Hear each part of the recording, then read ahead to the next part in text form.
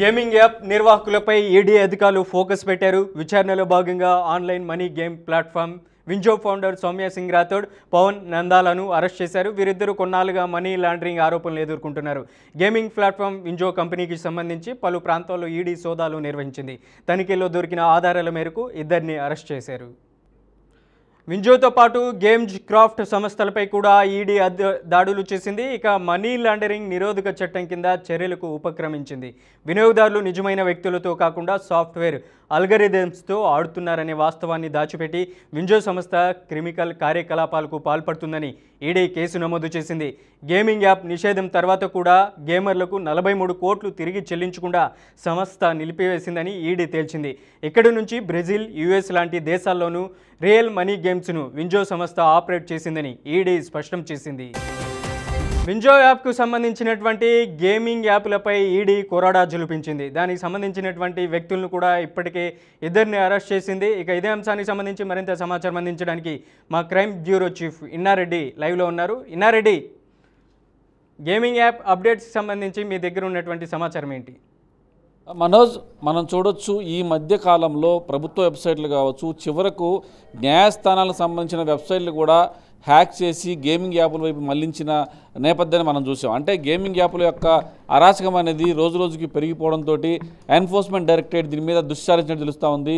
ఓవరాల్గా అసలు వీళ్ళు ఎవరెవరు, ఎక్కడెక్కడ ఉంటారు, తర్వాత వీళ్ళ యొక్క మూలాలు ఏంటి, వీళ్ళ యొక్క ఆర్థిక మూలాలు ఏంటి అన్న అన్ని అంశాల మీద కూడా ఎన్ఫోర్స్మెంట్ డైరెక్టరేట్ విచారణ ప్రారంభిస్తున్న నేపథ్యంలో దీంట్లో వింజో అనే ఏమైతే ఒక గేమింగ్ యాప్ ఉందో ఆ గేమింగ్ యాప్కి సంబంధించి వ్యవస్థాపకులైన సౌమ్య సింగ్ రాథోడ్ అలాగనే పవన్ నందా ఇద్దరిని కూడా అరెస్ట్ చేయడం జరిగింది. సో వీళ్ళు గత కొద్దికాలంగా మనీ లాండరింగ్కి పాల్పడుతున్నారని చెప్పిన ఆరోపణల మీద వీళ్ళని అరెస్ట్ చేయడం జరిగింది. ఎప్పుడైతే వింజో యాప్కి సంబంధించిన వ్యవహారాలు చాలా కీలకమైన విషయాలను సేకరించిన తర్వాత వీళ్ళు మనీ లాండరింగ్ పడ్డారని చెప్పన్న పక్కా సమాచారం మేరకే వీళ్ళిద్దరిని కూడా అరెస్ట్ చేసినట్టు తెలుస్తూ ఉంది.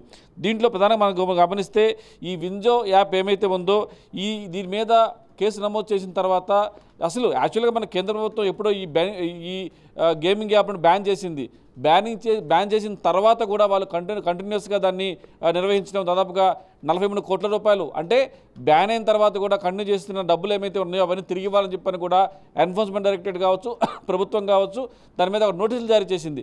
అయినప్పటికీ కూడా 43 కోట్లు రిటర్న్ చేయకుండా తర్వాత దీంట్లో ప్రధానంగా ఈ గేమింగ్ అనేది అంటే వర్చువల్ గేమింగ్గా తర్వాత ఇది ఒక కోడ్ తోటి వాళ్ళు నిర్వహిస్తున్నారని చెప్పిన సమాచారం మేరకు కూడా ఈ కేసు నమోదు చేసిన తెలుస్తూ ఉంది. ప్రధానంగా ఈ గేమ్ ఆడుతున్నప్పుడు అవతల వ్యక్తులు నిజమైన వ్యక్తులతోటి మనం గేమ్ ఆడుతున్నాం అనుకుంటాం, కాకపోతే ఆల్గారిథం తోటి మాత్రమే వీళ్ళు గేమ్ ఆడుతున్నారు, అవతల వ్యక్తులు గేములుగా అంటే అవతల వ్యక్తులు నిజమైన వ్యక్తులు కాదని చెప్పేసి అన్న విషయాన్ని కూడా ఎన్ఫోర్స్మెంట్ డైరెక్టరేట్ గుర్తించింది. అంటే మనం వింజోలో దీంట్లో గమనించవచ్చు, వింజోలో మనం గేమ్ ఆడుతుంటే అవతల వ్యక్తులతోటి మనం పందెం కాసి గేమ్ ఆడుతుంటాం అనుకుంటాం, కానీ కాకపోతే అవతల వ్యక్తులు మనుషులు కాదు, తర్వాత వర్చువల్గా వాళ్ళను ఏర్పాటు చేసి కోడ్ రాసి ఆ కోడ్తో మాత్రమే వీళ్ళు గేమ్ ఆడుతున్నారు, తర్వాత ఆ గేమ్లో వాళ్ళు గెలుపు ఓటములన్నీ కూడా వాళ్ళే నిర్ణయిస్తారు. సో ఈ రకంగా చీట్ చేస్తున్నట్టు కూడా చాలా స్పష్టమైన ఆధారాలు సేకరించిన తర్వాత మాత్రమే ఎన్ఫోర్స్మెంట్ డైరెక్టరేట్ ఈ నిర్వాహకులను కూడా అరెస్ట్ చేయడం జరిగింది.